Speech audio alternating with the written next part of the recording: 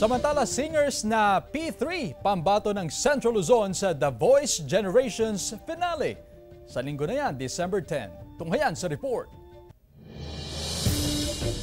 Pasok sa The Voice Generations Finale ang pambato ng Central Luzon na P3. Ayon sa trio singers, hango raw sa Power 3 ang P3 na sumisimbolo sa kanilang tatlo at power vocals.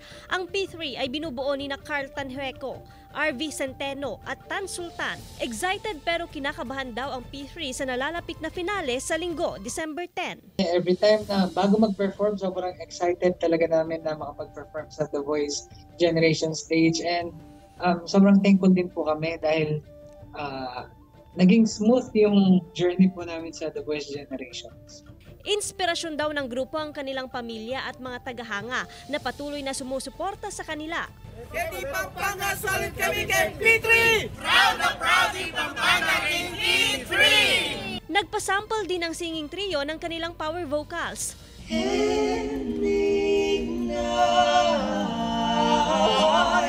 your bones, I will try to fix you. Sa December 10 na ang inaabangang finale ng The Voice Generations Philippines sa GMA.